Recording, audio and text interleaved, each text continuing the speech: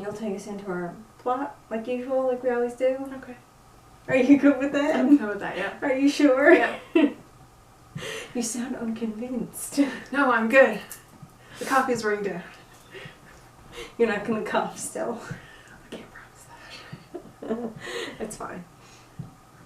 Okay, so we're ready? We're ready. All right.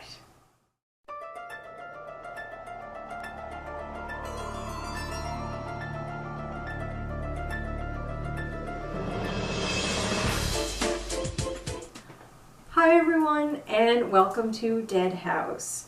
Today, this is November 15th, and we are doing Say Cheese and Die, book 4 in the Goosebumps series. This was my favorite growing up, so I'm really excited. I will say I don't know if it's still my favorite, but I definitely really liked it. I remember the TV show, the TV version, but I don't remember reading the book. But the book was really good. Alright. I don't remember the TV version as well. I think I'm getting 2 different episodes of something mixed together. Okay. I think I'm mixing the Say Cheese and Die episode of Goosebumps with one of the episodes of Are You Afraid of the Dark? Yes. And I think I'm making them the same episode. It would be a really cool combo. But, yeah, that was a really good Are You Afraid of the Dark episode. It was, It was. wasn't it? So maybe you can help clear up my confusion when we get to that point. I will try. Like I said, this was book 4 in the series. It was published in November of 1992. This book starts us with, there's nothing to do in Pitt's Landing. Nothing to do at all.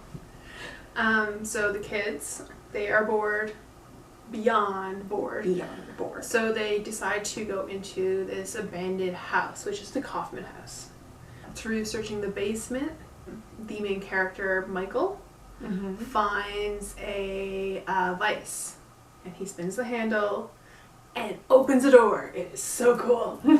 And inside that door is a shelf with an old camera. Yes. And he's interested in the old camera. Oh my god, yes. I mean, who wouldn't be? When they're going through the house, Michael is constantly afraid that, you know, oh, maybe this is where Spidey lives, because I always see him hanging around. Now, Spidey is like their resident famous homeless person. Yeah. And they find like freezer meals in the basement, so he's obviously squatting there. Yes, and like an old mattress and stuff Yeah. like that. And it's empty packets Yeah. of freezer meals, so... They joke about him eating them still frozen.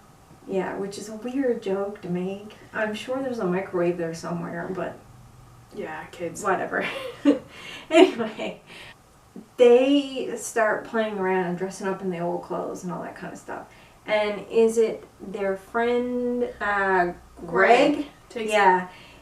Poses on the landing, and... It's Michael. Michael poses on the landing and Greg takes his picture. Is that it? Yes. Yeah. So Greg finds the camera, not Michael. Not Michael.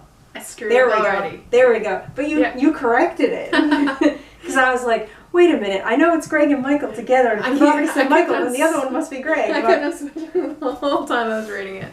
No, you're right. They were playing around with the clothing. And he's like, take my picture and I'll pose all funny, and he does. And then when he takes the picture, as he takes the picture, or well, just after, Michael falls through the railing because it's kind of loose and onto the floor. Yeah, because Michael was posing on the staircase. Yes. Yeah. To go back up the basement steps. And right after he falls, they hear a sound from upstairs, like a person walking around, and they're like, shit, now they've heard us and they're coming towards us. So they scramble and run and go out. Greg doesn't mean to take the camera, but he ends up taking the camera because he still has it on him. I'm not when sure. he takes the picture. And it even says after, when they go out just outside the house, he's like, oh, and I still had the camera. He didn't even realize they were just in such a panic to get out at that point. Do you think he would have taken it if he had more time to think about it, or do you think he would have left it? Something that cool. I think he might have been tempted, but it's hard to say. He seems uncomfortable with the idea that he's stolen the camera, even though he thinks it's pretty cool. I didn't really think of it as stealing so much at first, but the more he has it, the more he feels like this isn't right that I took it. So yeah, he might have, but I don't know. He might have been on the fence. Yeah, but when they were looking at the picture of Michael falling, Bird, which is the nickname for Doug Arthur, was arguing that Greg took the picture as Michael was falling instead of when he was posed there. So Bird wasn't on game for this at all. He was just thinking, well, you just took the picture late. Michael thought it was kind of weird because he thought that he'd taken it before he fell. Yeah. And Greg was pretty positive he'd taken it before he fell. But both of them, after they run away and they get out of the house and they're far enough away, kind of think, oh, well, maybe Doug's right. Maybe, yeah. They had enough questioning going on because things kind of happened really fast. Yeah. Greg goes home and he sees this new car in the driveway.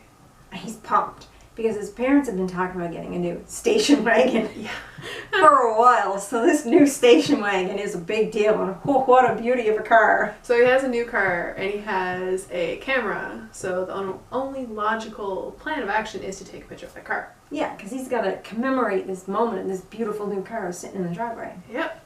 So Greg takes a picture and then looks at the picture when it develops. And the car is not exactly in the new condition that it is sitting in the driveway in the picture. So this freaks him out. The windshield is beat up. The passenger side door is, the driver's side door is beat in. And the car looks basically like a write-off. Oh, absolutely. And he's like, what the hell is with this picture? And it freaks him out. To the point where he's already a bit late getting home, and his mom's calling out to him to come down from his room for supper because he's gone up to the room with the camera, and he doesn't know what to do. He's already hid, and I have a very specific note on this.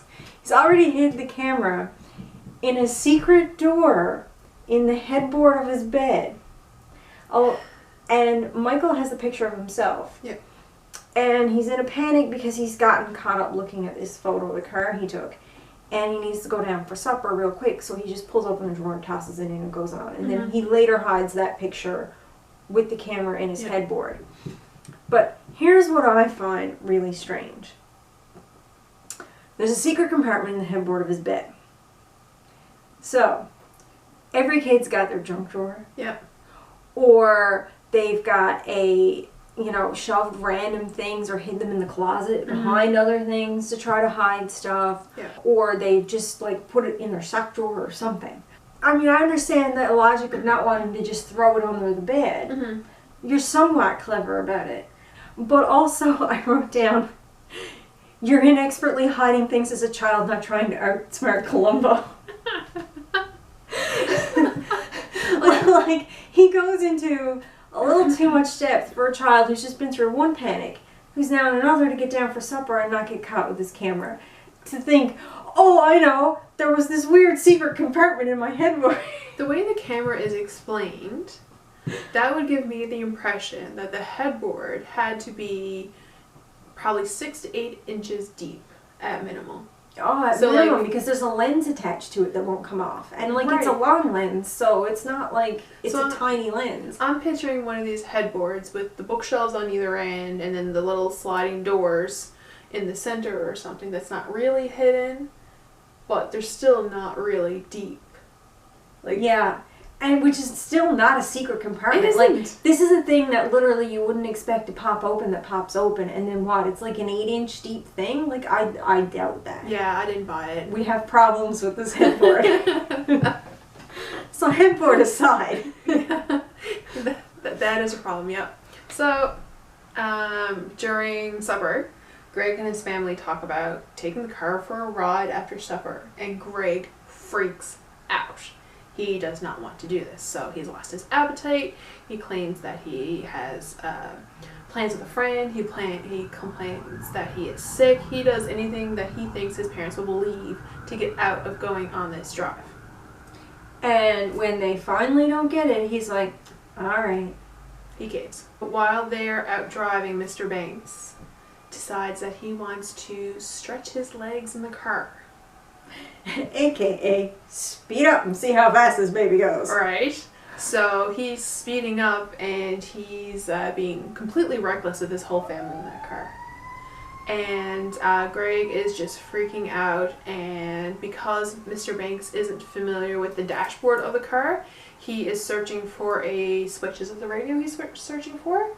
Headlight switch. It's a headlight switch, So yeah. he's searching for the headlight switch, not paying attention to the road, what's in front It's of him. starting to get dark out. Yeah. And all of a sudden there's an oncoming truck and Greg loses his mind. Now, he swerves and misses it, but because he does, Greg is like, oh, no. He's like, we should go home now. Yeah. And to her credit, the mother agrees. Actually, the parents are really well written in this. They are.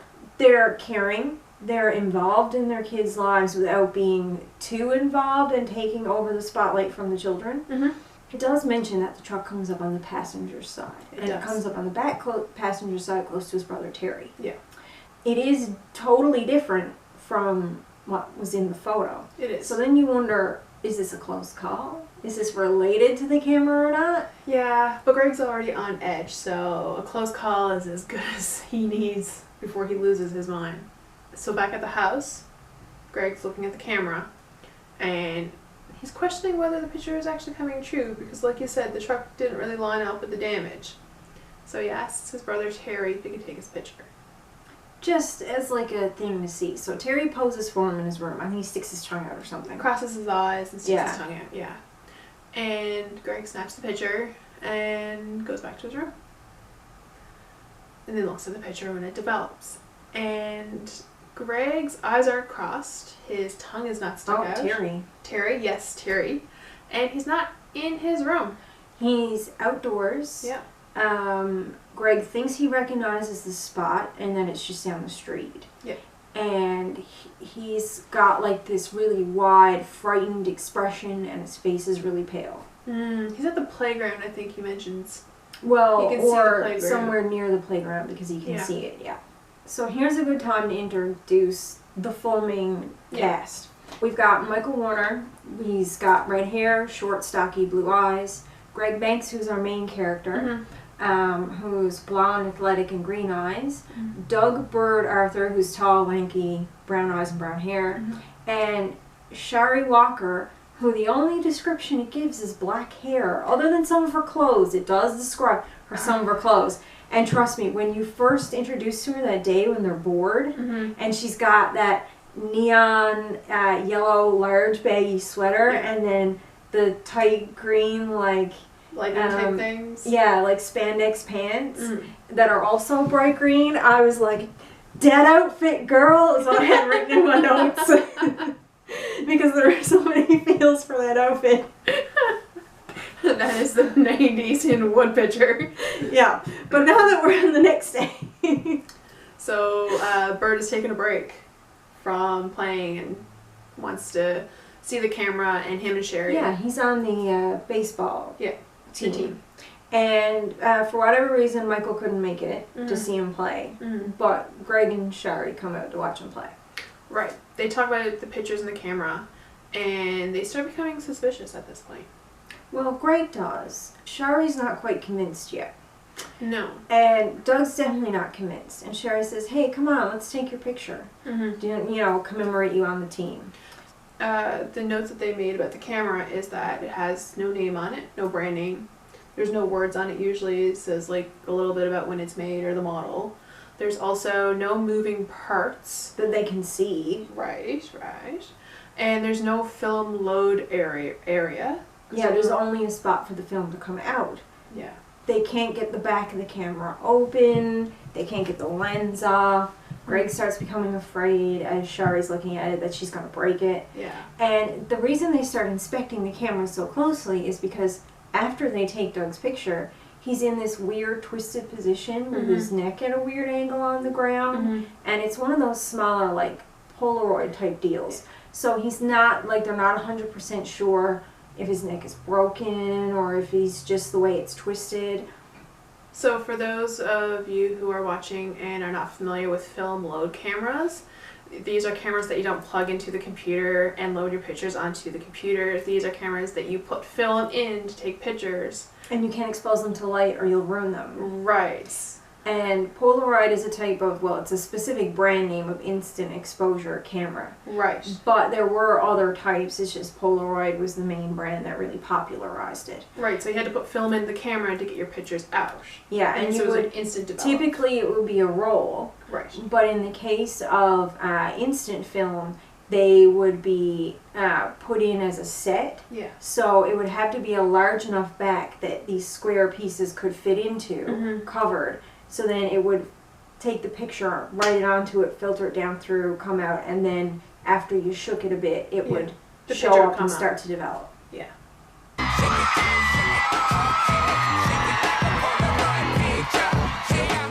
That's the Wayback Machine, where we tell you about the technology of yesteryear. In today's episode, cameras. And this is when you had to manually adjust the focus and everything too. There was none of this autofocus business. Yeah, right. It was hard to take a picture. You wasted film if you didn't like the picture. There was none of this delete the picture and take it again. Oh yeah, no, that was gone. And then you had to like wait 2 or 3 weeks to get your film back. Yeah. Bird's looking at this photo, or does Bird see the photo? Bird does see the photo. And he's lying down on the ground on his back, and his neck is contorted, and his eyes are closed, so it kind of looks like he's been knocked out. So him being the joker of the group decides that he's going to play a joke and lie down in this position. By the way, this is like the 4th practical joke he's played so far. Yeah. The friends are big fans. So he pulls a joke, and the kids run up to him, and then he gets up and goes back to playing with the team, and the friends are mad at him. Then he actually gets hit. He does. He gets hit by a ball. In the head. Like, that's... And the photo is exactly recreated. And, like, hard. Like, they talk about how they hear the crack noise and everything against the helmet. Like, it's pretty severe. Yeah, and he goes down, and he's lying in the exact same position that's in the photo. So at this point, Sherry and Greg are running to their friend Bird, and the coaches, the adults, are crowding over him, trying to get him to wake up, and... Well, they're doing, you know, the regular first responder stuff, and they're, like, trying to figure out if he's okay. And trying to block the kids from seeing what they may or may not. Yeah. So as that's happening, Greg doesn't get a chance to get close. No. Because his brother Terry comes running up. And he looks frightened. And he recognizes Terry's frightened face, and he sees the background just across from the baseball diamond where he can see part of the playground and the trees, and he's like, oh my god, this is the photo come true. Right, so Terry is running to get Greg at the playground because there's been an accident. Their dad has gotten into a car accident and is at the hospital. So both Terry and Greg at that point go to the hospital. It doesn't mention if Greg still has the camera around his neck. You don't hear about it after Bird's been hit by the ball. I did think he took it with him though, because they went right away. Right, but it doesn't mention it from the time that Bird gets hit to Terry running and then being at the hospital. Like, at the hospital, Greg mentions that he has to tell the parents about the picture, and he gets hushed and brushed aside. But I found that to be another hole. So yeah, it doesn't actually mention if he still has the camera or not, but he would have still had it. Yeah. Yeah. At the hospital, they get an update on the father, and he's going to be okay. He's got a couple broken bones, I think. He's got several broken bones. He can speak, but he's out of it. Oh, yeah. He's probably not feeling any pain thanks to the hospital. Yeah. They go home, and Greg finds out the damage to the car is exactly the same as the photograph he took of the car. And that freaks him. So now that's 3 photos right in a row that have come true. Mm-hmm. What I really like about this is how it's beginning to build a lot like a real mystery. Mm-hmm. And it's sowing seeds of, well, is this camera telling the future? Mm-hmm. Or is it making these things happen? Mm-hmm. How does this camera work? And you're very caught up in it. And it's very much a slow build, and it's done in a really believable, good way. It is. And at this point, Greg is onto it. He's like, everything I've taken a picture of, something bad has happened, so therefore I will not take any more pictures. But when Sherry protests about Greg not bringing the camera to her birthday, because that is her request, That is what they're going to do. It's about to be her birthday, and she wants him to bring the camera because she thinks it's freaky how it's doing this stuff. Now, she doesn't know about the car accident yet. No, but she wants it to be a party game. And this has also been a couple weeks later. Yeah. And she thinks it'd be funny to see these weird pictures come out because she doesn't put, even though she's seen the one picture come true with Bird, she doesn't put much faith in the fact that these pictures are actually going to happen yet. No. As far as Sherry pushes, Greg says no. Greg's had enough, but he does end up bringing the camera to Sherry's birthday. He even tells her about a dream he's had. Now, this is something Goosebumps books love to do, is dream premonitions. This is not really a prophetic dream, but it's also not a dream in the same way that we saw in the Monster Blood series, where all of a sudden everything's a dream and you don't know if it's real or not, which got annoying after a while. Yep. It's a kid with a really troubled mind who's trying to convince his other friend, like, I really don't want to do this. It makes me really uneasy. Yeah. It's giving me bad dreams. And he describes the dream. And he's like, I really don't want to do this. Right. And that's a really believable, like, good sort of down-to-earth thing. And we'll get back to the dream. We'll go on with the plot first. Because Jen has points to make. Consistency. Sherry wants Greg to take a picture in front of the tree because it's her birthday, and Greg says yes, and he does it, and he takes the picture. And when it develops, Sherry's not there. The tree's there, all the background's there, but Sherry's not. He moves closer.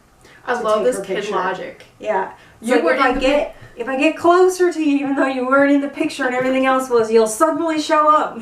You were in the frame the first time, but now you're really going to be in the frame, so the camera can't miss. Oh god, that killed me. But lo and behold, she's still not in that picture. No, that's 2 pictures, and Sherry is MIA. So she's bored of it. So instead, they're like, well, let's all go to the woods unless you're there. Kids. When the cake's ready to be cut, Sherry's mom calls out to them, and the kids rush from the woods to go have some cake. And Sherry's missing. Yeah, and they call out to her, and they're like, but she was just right there. She was right there with them. She was right there with us. Like, just that second. Yeah. Where is she? And they go back to the woods to look for her. And she's not there. And she's not there. So there's a search party called, and police officers are called, and the search goes into the night. And Greg really, really struggles, and this was a really good thing to see.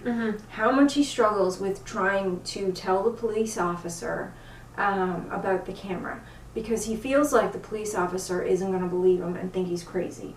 But at the same time, he doesn't want to say nothing because his best friend who lives next door, so they've been friends since they were like super little, is gone.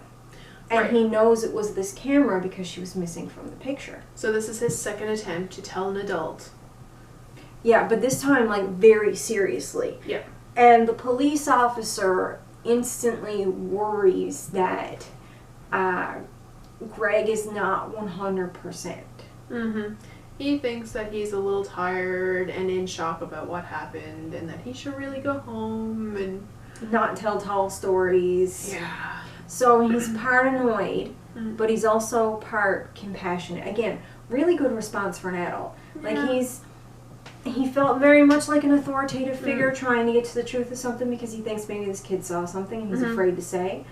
And then he gets annoyed initially at his story about the camera and how he knows the camera did it. But then you see him get compassionate again really quickly. Yeah. Because he's like, maybe it's just because he's been through such a big trauma that he's trying to find some kind of story reason to, like, process it. So he eventually does decide to take pity on him and is like, Yeah. We'll send an officer home with you. This is the first time, by the way. I know this is book 4, and there are subsequent books later in Monster Blood when we complain about this, but he actually offers to send an officer home with him, especially since a child has gone missing. Because the police officer doesn't know that he lives right next door. And Greg insists he's fine to go on his own because he is right next door and that he will go straight home. Yeah. The next day, Greg calls up, is it Michael?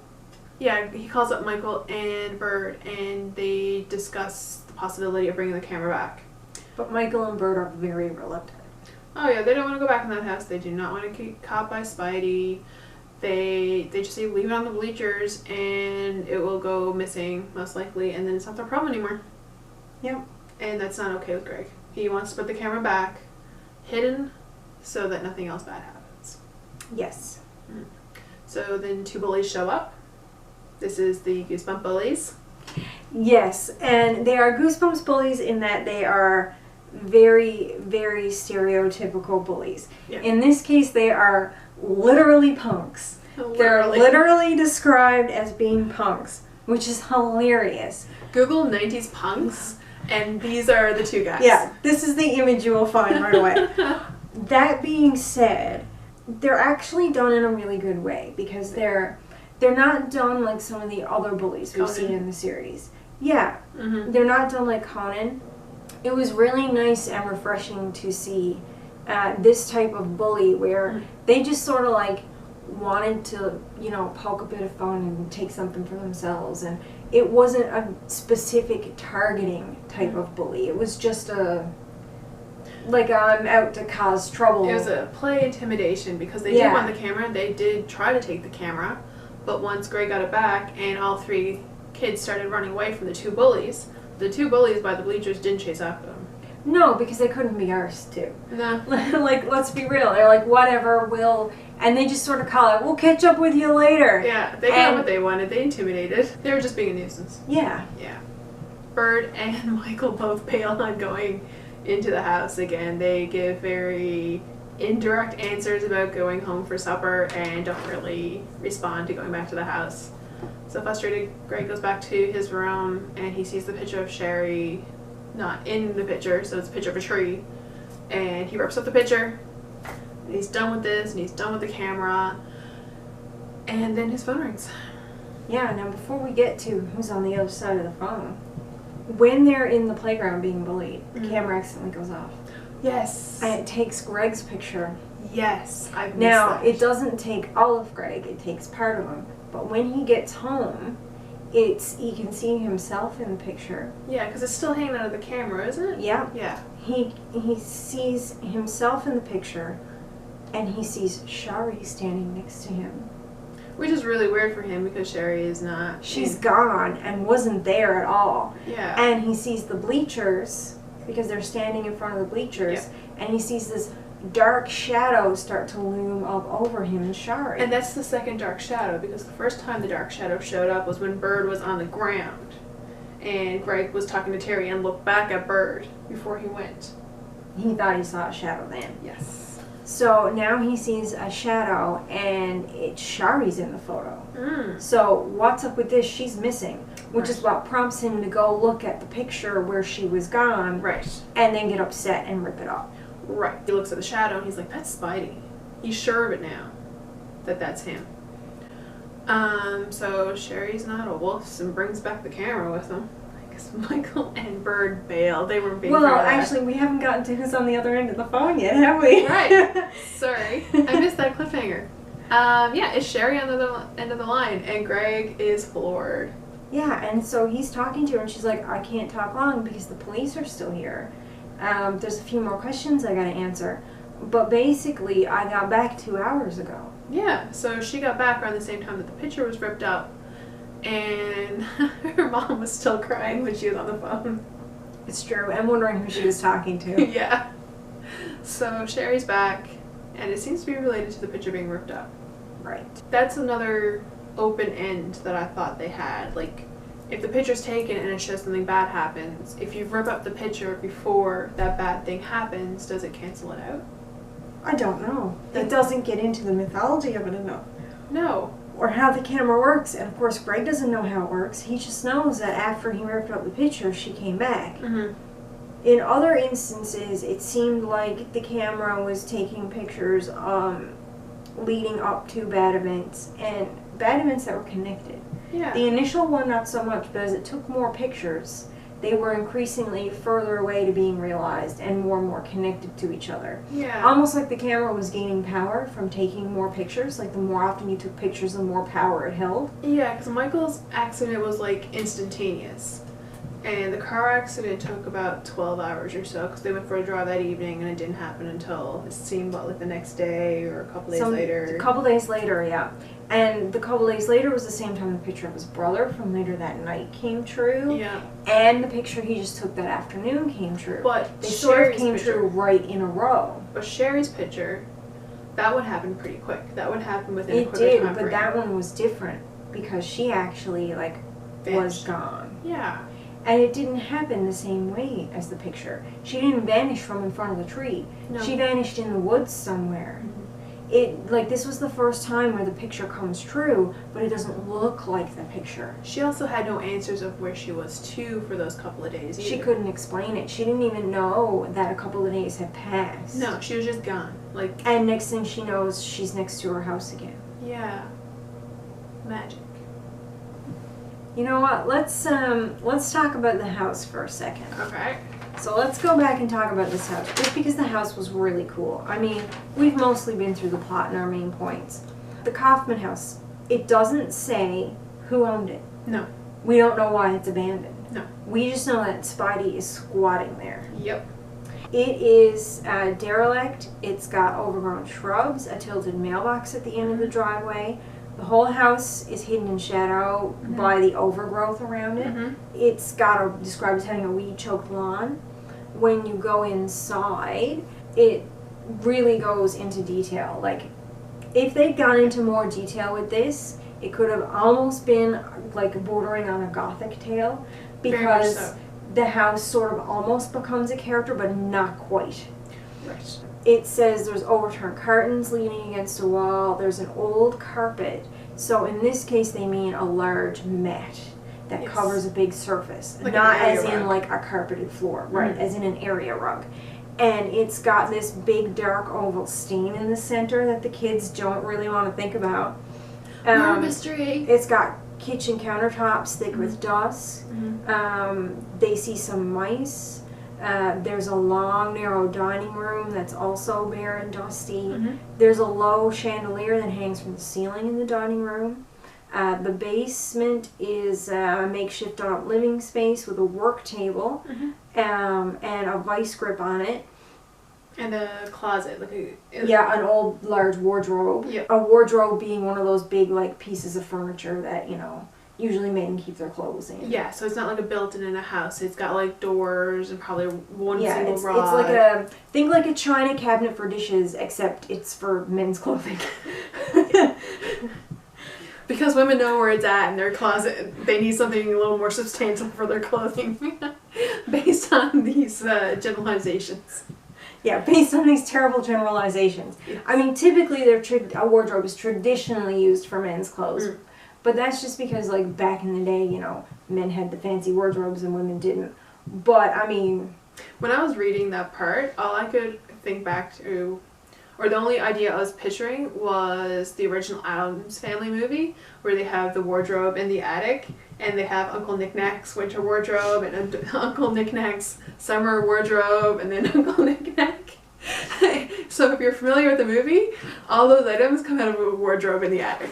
And that's what they're describing in this book. Minus Uncle Knick-Knack. Yeah. There was one weird thing, though, I noticed about the house. And I want to mention now before we get into the final plot, because this is going to relate to the final plot. For some reason, when I read about the chandelier, and it spent a little bit of time on it, talking about how it was low-hanging, and it was so thick with dust you couldn't even tell it was made of glass. Yeah. I suddenly had this very vivid memory of watching a show where these kids are trying to escape from this guy and they have a camera, and I thought for sure it was Say Cheese and Die, but it might be the Are You Afraid of the Dark episode, because I very suddenly had this memory of a chandelier falls and almost hits one of them. I think that's the Are You Afraid of the Dark. That's the Are You Afraid of the Dark one, isn't it? I think so. Yeah, I figured I was getting them confused because I'm like, wait a minute. Why do I very vividly all of a sudden remember this scene with a chandelier in an old house and a camera? And I think it's the Are You Afraid of the Dark? Love that Are You Afraid of the Dark I know, story. it's such a good story, but I think I was, as I read that description with the chandelier, it made me remember that scene really vividly. Ooh. And, for some reason, all of a sudden, I sort of, momentarily conflated the two stories, and I thought maybe that's how this was going to end, and maybe Spidey was going to get trapped in the chandelier. But that's not what happens. No. We'll get into now Spidey's story and what happens. But that moment because they spent so much time describing it, and it's really for no reason. The house is not described for any big purpose. No. It would have been cooler, I think, if it had been more of a gothic story and the house was more all the character in it. Mm-hmm. But either way, it just that moment, all of a sudden I was like, oh, wait a minute. You jumped worlds. Yeah. Alright, so Spidey is actually the nickname for Dr. Fritz Fredericks. What a name. Right? Fritz Fredericks. I had to read it because I was like, I'm going to mess this up. And apparently he was not a very nice doctor. No. He was a scientist who stole the plans for the camera from his colleague. Yes, so he says partner a lot, but by partner he means colleague he worked with in a lab. On a project, yeah. And they'd worked on some projects together, and they'd worked on projects individually. Mm-hmm. It doesn't say what kind of company they worked for, or if they were outsourced, or anything else. There's not a lot of in-depth to this backstory. It just says that his partner was a fan of the dark arts. Yeah, we'll get to that. His partner, lab partner, had a lot of interest in technology and had come up with a new camera, which is not too hard to see because by now this is slightly older technology, but it's not too behind the times. But at the time, he says, when his colleague would have invented it, this would have been the newest, most extreme stuff, because at the time this was invented, instant film wasn't a thing. Right. This would have been the first example of instant film. Mm-hmm. Now, somewhere down the line, somebody else invents instant film, because what happens is Dr. Fritz Fredericks recognizes how advanced this camera is and decides he's going to steal it and patent it and pretend it's his own. Sneaky, sneaky. But his partner, who is a fan of the dark arts, knows just how to deal with sneaky partners. So he cursed the camera. He cursed the camera. And he cursed it in such a way that if he wasn't going to make his fame and fortune off of it, neither was anybody else. Especially Spidey.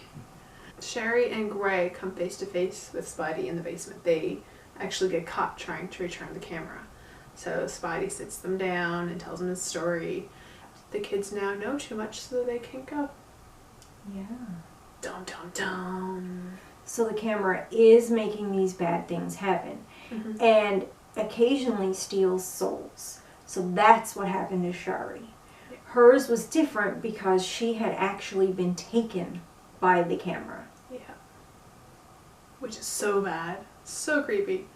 In the struggle to get away, because the kids were not being trapped in the basement, never being able to go home, and having to spend the rest of their days with Spidey. I believe he was going to kill the kids. Let's be real. They knew too much. I don't think he was going to hold them captive. I think he was going to kill them. I was on a little bit two sides about that, because if he was around when this camera was invented, and he was part of the doctor team or the scientist team that created it, he might be greatly older than the kids. So if his life duty is to protect that camera from being used, and keep it a secret, would those kids be now inheriting that chore, or would they be killed off because they're menacing? I think they would be killed off, because I think what he would do is he would hide the camera again. Mm-hmm. Maybe find a better way to hide it so that people don't easily stumble across it or think to stumble across it. As it was a good hiding space. There's really no reason, other than the fact it was a stupid kid looking around turning a vice, that it should have ever been found, really. Just put a little pin in the vice handle so it can't go down all the way to open the door. Yeah, I mean, I think he would have just found a better way to hide it, and then the secret of the camera would have died with him. I think that was the idea. Oh, okay. I was kind of throwing around because the different camera ideas couldn't be destroyed. Right. Through the struggle, Spidey's picture gets taken, and he loses his mind. And he's chasing them. And as he gives chase, he drops dead. Yeah, he slips and falls and drops dead. Like, literally drops dead. So, book 4, in book 3 we had a real close call with what we thought was going to be an actual death. Yeah. Nope. Book this 4. one, real death. Yeah. R.L. Stein has elevated. So like a real human death. Yeah. So the picture shows Spidey's just probably why it was my favorite. This opened the doorway to many, many horror movies. See, I just should have saved you so much money on saying a shrink. I mean, the first one I pick up as a child, but it's the first one in the series with a real death in it. I mean, you know, come on. That's where the trauma started. So the picture is the scene of Spidey being dead, and the kids see him sprawled out, and they leave. Yeah, so they actually do, well, they hide the camera first. Yes, yeah. They call the police. Right. This is amazing, because they actually do due diligence. They have a really good story, too. Yeah. Do you want to tell them what the story is? No, you can go ahead. Go ahead. No, it's okay. You do it. Okay, they had a really good story for the police, because it is pouring rain out, and they were walking past the house, so as the rain started, they went in to get out of the rain, and just kind of poked around to entertain themselves.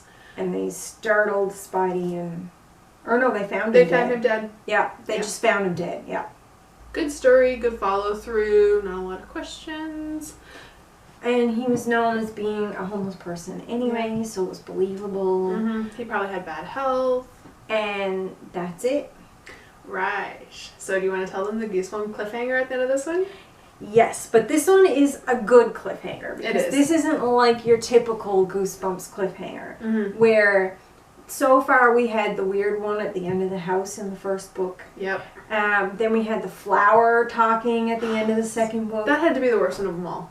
Well, the later Monster Blood ones were the worst ones of them all. Yeah. Of the original, like, first few. Yeah. For having good books with bad cliffhangers. Yes, because the whole book is bad when it gets further up the Monster Blood chain.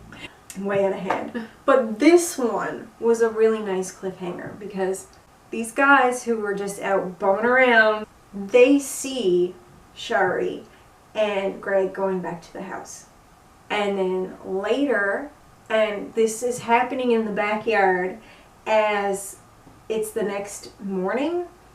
Yes, it's the next morning. And when Greg is telling this story, Greg and Shari are telling a story to Doug and Michael, and they're walking past the old Coffman house, coming out the back way from the basement, the same way that... They did. Greg and Shari and the rest of the gang did the first time they were trapped in the house. Mm-hmm. Are these two punk kids whose names I don't remember right now. I know Joey and Mikey. Yep. They are like, haha, we saw them hide the camera and now we've got it and now we're gonna have some fun with it. But one takes the picture of the other and they think this like neat old camera is gonna be a riot. Oh, it'll be something for sure. I'm not sure if it'll be a riot, but... So, going back to the description of the dream, where I had my problems. My problem with the dream scenario, I put down the book just after reading this paragraph, went and did some laundry, came back and looked at the cover with the paragraph fresh in my memory. The dream is of Greg holding the camera. Taking a picture of his family. Right, so his family includes, and specifically mentions in this paragraph, Terry, his brother, his mom, and his dad. But there's a girl with black hair and a ponytail in a neon blue shirt in the background here. Who that? Shari, I would assume. It has to be. Because that fits her description. But she's being told the dream. She's not actually there. She's not said to be there. Exactly. We both noticed that as a mistake. Right, so I got on Google and did some searching and I couldn't find any talks about why that is. Yeah, so if you guys know the story behind it, please do let us know. Because there's lots of reasons for errors like this in illustrations on covers. Mm-hmm. Sometimes the cover artist is not given enough information. Sometimes it's an actual decision the publisher has made to do, and so they have to follow along with that. Like, it's still mostly that artist's, you know, work and whatever, but the publisher will have certain guidelines. Your picture has to include whatever in it to fit the cover. Or maybe it was just an oversight and the artist thought Shari was there. We don't know. So if you guys know, like, send us links. Let us know what's up. Compositionally, it makes it look really good the way it's laid out. Yeah, because it levels it out with 2 parents and 2 kids. Everything's even. And most of the Goosebumps books, especially up to this point, have been brothers and sisters. Yes. In fact, the first 3 have, well, the first 2 were brothers and sisters. Mm-hmm. The other one was an only child and his friend next door, who was, again, it's a boy and girl team. Yeah, so boy and girl teams probably. This one wasn't so much a boy and girl team as it was a group of 4 children. Right. So when it came to the family unit, it was 2 brothers, and that's the first time we've had something like that. Maybe there was an original version where Shari was in the photo in his dream and he changed it. That's what I'm wondering. It could be anything. Like, we really don't know what's up with that picture, but it would be really cool to know the actual reason. Mm-hmm. I mean, not that we're complaining about it, it's just, it would be neat to know why there's that discrepancy. Yeah. Because there usually is some sort of weird reason like that. Yeah, and I wouldn't have noticed when I was a kid, probably. No. I probably just wouldn't care. But you'll notice it now. It's your biggest pet peeve. Drives me crazy. So, what do we think overall of this story as a whole? I liked it. The parents were decent characters. There was repercussions of taking the pictures. There were repercussions in general, like for the fact that they broke in somewhere and they shouldn't have. Mm-hmm. It showed a lot of really good guilt and remorse and growth on the character's part too, that like he felt bad about it, he wanted to bring the camera back. As he found out the camera was cursed, he started to really want to bring it back because he was like, you know what, this is something that we really shouldn't have. There were only a couple of jump scares. Yeah. And they were only at the beginning. Mm-hmm. And it wasn't like littered with jump scares the way some of the other books with jump scares have been. Yeah. Which was really nice. The first chapter ends in a jump scare, which is just a silly thing with a dog that doesn't even make a difference to the plot or anything else. It's just a dog happens to pop out of the shrubbery. Yeah. Like, woo, and it's a little tiny friendly corgi thing or something, I think. I really liked it. I really liked it a lot. We got a real death, guys. We both give it 2 thumbs up. My question is, because this book was written a couple decades ago. God, that's weird. November of 1992. Yeah. Do you think that this type of story would play out in today's time with today's technology? Yeah, so this is like similar to the first book when we asked the question of Deadhouse. Yeah. Like the idea of like phone scams and, you know, no internet. Because when I was reading it, I'm looking at the camera and I wrote down what was missing. It's like no name, no words on it, no moving parts. There's no film load area and there's no picture counter. Like all of these things are things that you would look for to help identify the camera. So in today's time, if a camera was found in a hidden shelf, it would have a port for like a USB hookup or some other hookup that you can hook up to a computer. It's like, how would this change the story? Because, I mean, you would either find a really old camera with the printout pictures.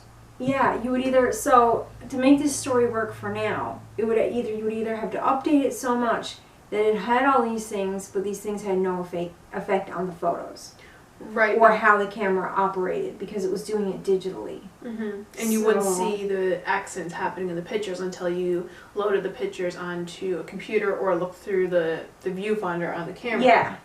Like this picture So scroll. it would either have to do that, and it would probably do it with, like, say, an SD card or... Yeah. I don't think it would change that much because instead of spitting out the pictures out of the front and you have to like shake and wait for it to load, you could just scroll through with the screen on the back. Maybe they could figure out how to open it to get the SD card in or out, and maybe there was a USB port on the side, but when you connected it to the computer, nothing happened. It was the voice of the monster blood. Well, no, I wouldn't go that cheesy. But crossover. But yeah, maybe it would just be something like that. Yeah. Or maybe it would be such an old type of technology camera, and they would play off the fact that maybe people today, Wouldn't know how to especially work young people, wouldn't know how to work it or what old cameras were supposed to be like anyway. That's very, very logical. I think the best camera that could happen in this scenario is the Polaroid one, because you have to wait for the picture to develop, the anticipation to see what that picture is going to and be. like it's slowly coming out. Yeah. Yeah, that's a good mechanic. Yeah, I think that is the best camera. But today's technology would definitely change that, because you could get, you could take a picture and look at the picture, and it could move of some sort. Would it change it that much? Because look at the Instax Mini. Yeah. That's a mini Polaroid. It could, yeah.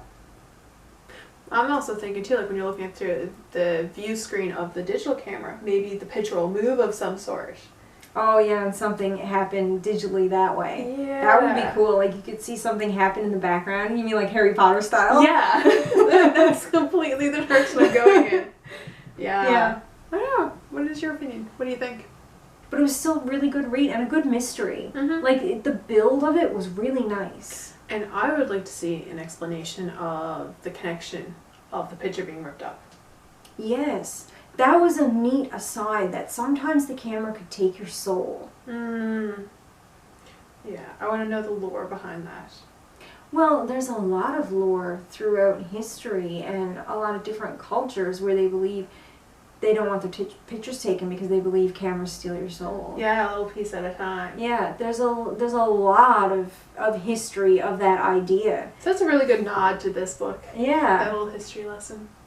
Alright, now that we've done Say Cheese and Die, the next book we're going to do is the sequel, Say Cheese and Die Again. And after that one, we will do the Horrorland one, much like we did with the Monster Blood series. So for Say Cheese and Die Again, let's see what it is. It's the Picture Perfect Nightmare. Sourball. That's a weird first sentence. That's what Greg calls his English teacher, Mr. Sour. He's a real grouch, and now he just gave Greg a big fat F on his oral report. He didn't believe Greg's story about the camera Greg found last summer, about the pictures it took, about the evil things that happened.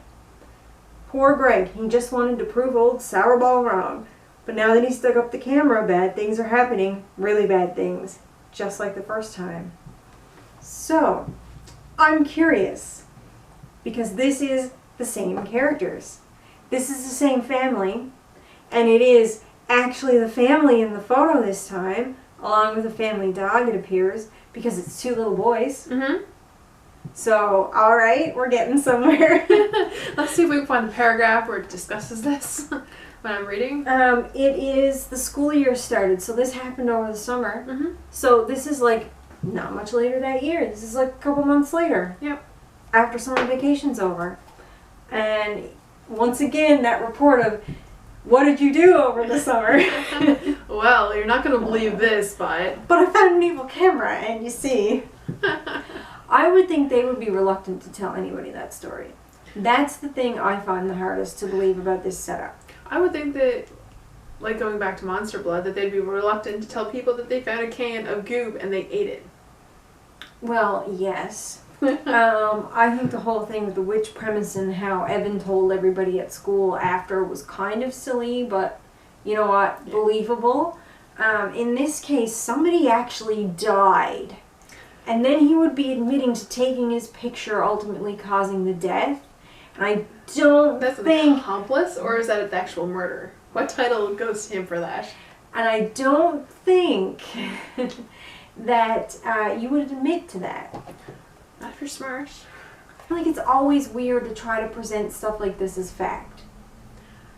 Especially given what had happened, and especially with him not wanting anybody to find the camera. Yeah. I'm also going to be curious to see what happens with the bullies, because if he's dug up the camera, then that must mean the other two must have or one, because I'm assuming something happened to the other one, put the camera back. Yeah, but they have to explain how it gets back there. Like, what happens to the bullies? Do they bring it back? Do they have enough of the fun? I don't know. I don't know. We'll find out. And we will find out on November 30th. There's only 30 days in November, right? Yes. Yes. Yes. Okay. I had to do the rhyme. I know, right? I was thinking the same thing. I was like, 30 days have September, April. Yeah. Useful things you learn in elementary school. Where can we find you online? At coffee_with_Jen with 1 N. And I'm a glitter macaroon with 1 T and 2 O's. And make sure when you do your reviews of Goosebumps books, or if you have questions you want to ask us, hashtag it on Twitter with GBC Ghost Next Door, and we will see it and answer your questions. Right. And like I said, eventually, hopefully, we're going to have a viewer-themed episode where we do sort of a chat where we answer the questions live on film. And we're going to call that segment Questions with the Ghost Next Door. Excited. And until next time, reader beware. you're in for a scare.